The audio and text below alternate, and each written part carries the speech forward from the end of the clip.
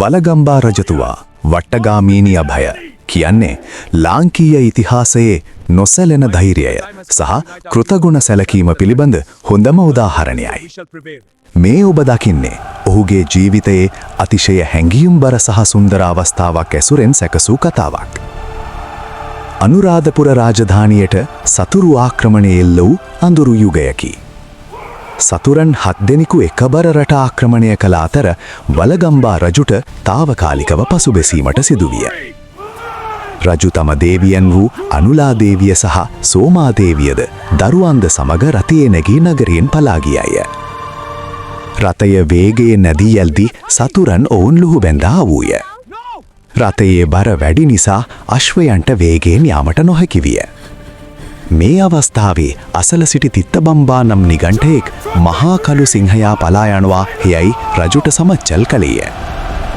තම ස්වාමියා සහ දරු පෙටවුන් අනතුරේ වැටි ඇති බව වටහාගත් සෝමා දේවිය රථයේ බර අඩු කිරීම සඳහා තමන් ස්වේච්ඡාවෙන්ම රථයෙන් බැසීමට තීරණය කළාය.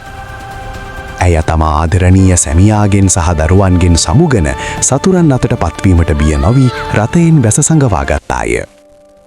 ඇය කළේ උදාර කැපවීම නිසා රජුට සහ දරුවන්ට ආරක්ෂිතව පලා යාමට හැකි විය. පසුව වසර 14ක් පුරා රජු ඝන වනාන්තරවල සැඟවී සිටියේය.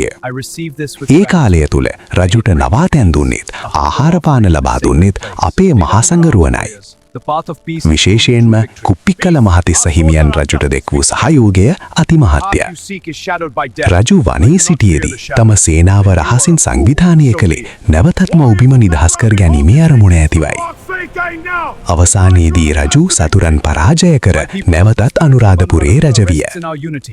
රජුට තමන් කළ කැපවීමෙන්ම තමන්ට උදව් කළ අයද අමතක වූයේ නැත. තමන්ට නින්දා කළ නිගණ්ඨයාගේ ආරාමය තිබුතෙන රජු අභයගිරි විහාරය ඉදි කළේය.